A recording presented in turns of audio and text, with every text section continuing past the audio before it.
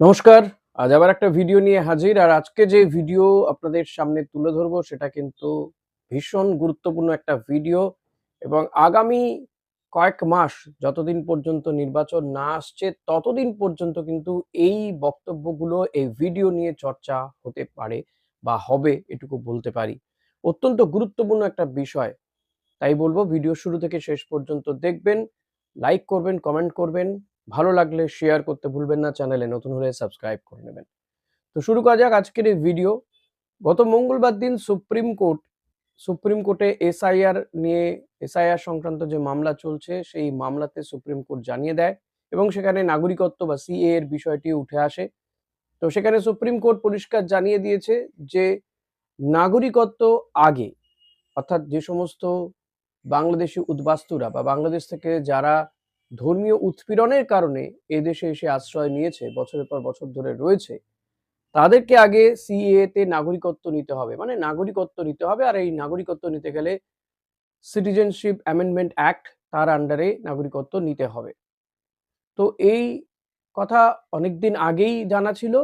এই অ্যাক্ট যখন বলবৎ হয়েছে তারপর থেকে কিন্তু, বিশেষ করে এসআইআর যখন থেকে হবে ঘোষণা হচ্ছে তারপর থেকে এই ব্যাপারে তৎপরতা বেড়েছে।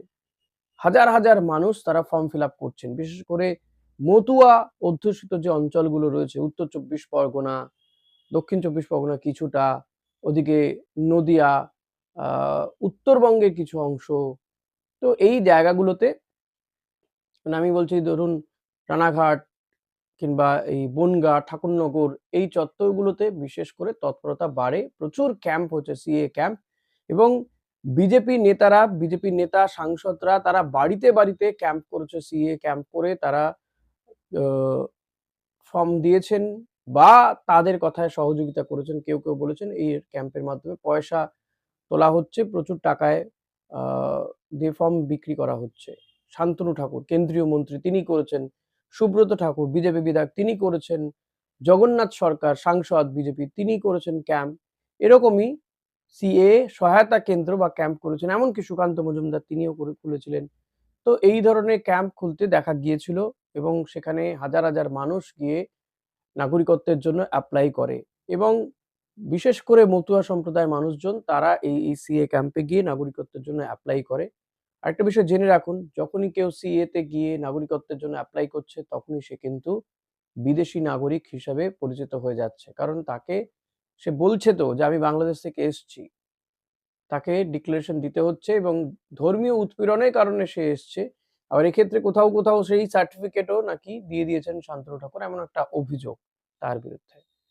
শান্তনু ঠাকুররা বারবার বলেছেন সিএ তে আবেদন করুন, নাগরিকত্ব দেয়া হবে, ভোটার লিস্টে সবার নাম থাকবে। তো লাফিয়ে লাফিয়ে চলে গেছেন মতুয়ারা। এবার তারা কি করবেন?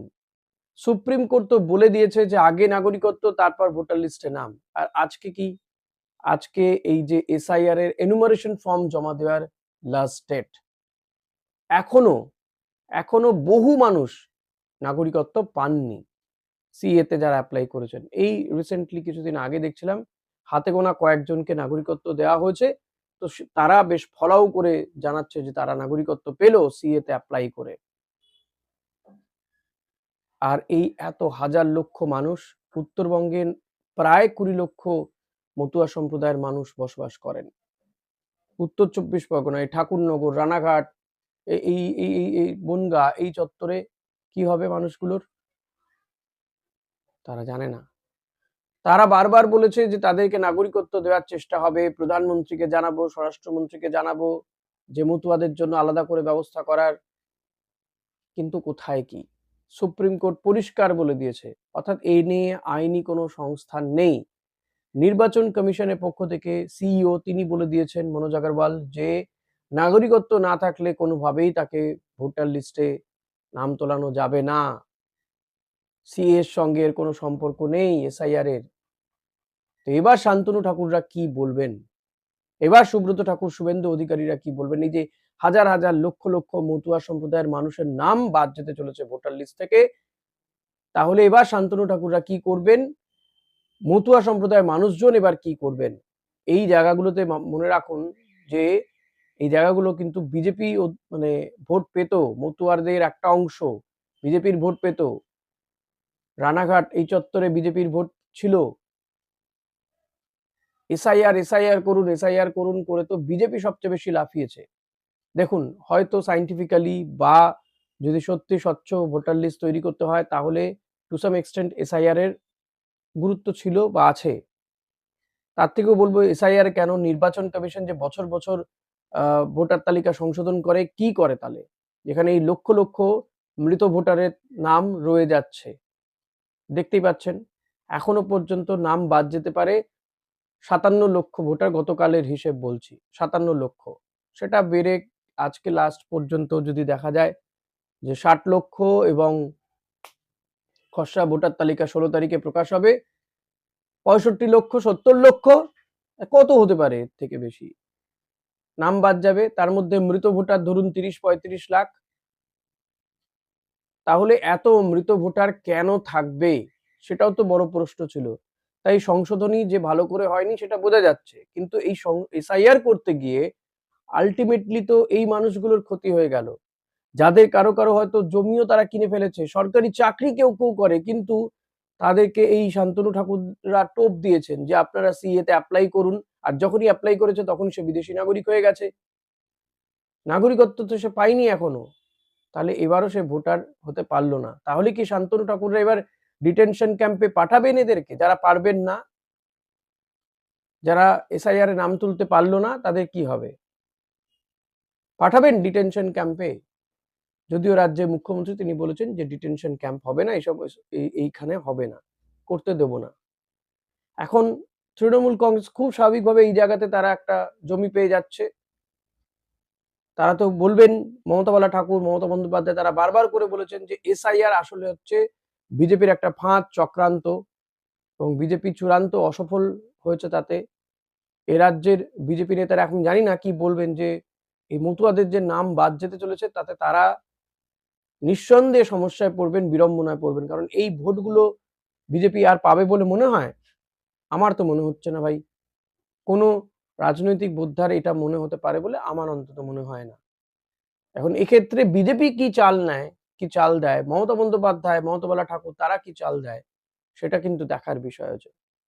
বিজেপি বারবার করে বলছিল তাদের মূল লক্ষ্য ছিল যে মুসলিম ভোট বাদ দেওয়া, এটা তারা প্রকাশ্যে বলেছে। এখন অবশ্য অন্য কথা বলে তারা, বাংলাদেশ থেকে আগত যারা হিন্দু নয়, যারা মূলত মুসলিম, তাদেরকে বাদ দেওয়া।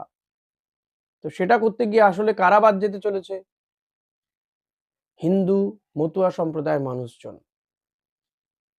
উদ্বাস্তু মানুষজন, যাদের মধ্যে ম্যাক্সিমামই ধর্মীয় অত্যাচারের কারণেই এদেশে চলে এসছেন।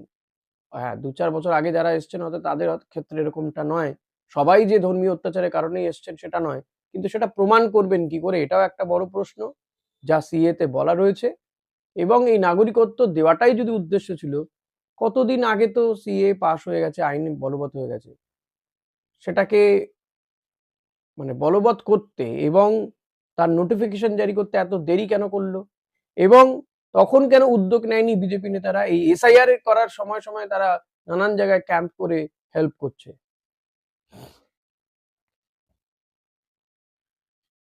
ফলত সমস্যায় কিন্তু মতুয়া সম্প্রদায়ের মানুষজন, এটা আর বলে রাখার অপেক্ষা রাখে না। এরই পাশাপাশি আর একটা রাজনৈতিক ডেভেলপমেন্ট দিয়ে রাখি এ রাজ্যে। হুমায়ুন কবির তিনি বলছেন তার যে হায়দ্রাবাদ থেকে বডিগার্ড নিয়ে এসছেন তিনি নিরাপত্তার জন্য, কারণ তিনি বলছেন যে কোনো মুহূর্তে তিনি খুন হয়ে যেতে পারেন, বিভিন্ন জায়গা থেকে নাকি থ্রেট কল তিনি পাচ্ছেন। এমনিতেই তার অনুদান বাক্সে টাকা পড়ছে, বাবরি মসজিদ করার জন্য বিভিন্ন জায়গা থেকে টাকা আসছে নাকি, এবং প্রচুর টাকা দেখেছি আমরা সেই ছবি। তো সেই বডিগার্ডও নাকি 2 নম্বরই হয়ে গেছে, নাকি তারা নাকি সবাই কলকাতারই লোক, যে এখান থেকে কেউ হাইজ্যাক করে নিয়েছে, হায়দ্রাবাদে বডিগার্ড দেবে, মানে সিনেমার মতন একেবারে যা চলছে চতুর্দিকে, সত্যি সিনেমা, এটা না দেখলেই নয়। তো দেখুন, মজা নিন। তবে এটা কিন্তু আর মজা থাকছে না যে এই এসআইআর এর বিষয়টা নিয়ে মতুয়াদের যে সমস্যাটা, এটা সত্যিকারের সমস্যা হচ্ছে। তো এই সমস্যা থেকে কি করে এই মানুষগুলো পরিত্রাণ পাবে আমার জানা নেই। তো আগামী দিন রাজনৈতিক ডেভেলপমেন্টের জন্য এবং এইগুলো ডেভেলপমেন্টের জন্য অতি অবশ্যই নজর থাকবে আমাদের সেদিকে। আর আমিও বলব যে আপনাদেরও নজর থাকুক আমার এই চ্যানেলের দিকে। Thank you. Audio Jungle.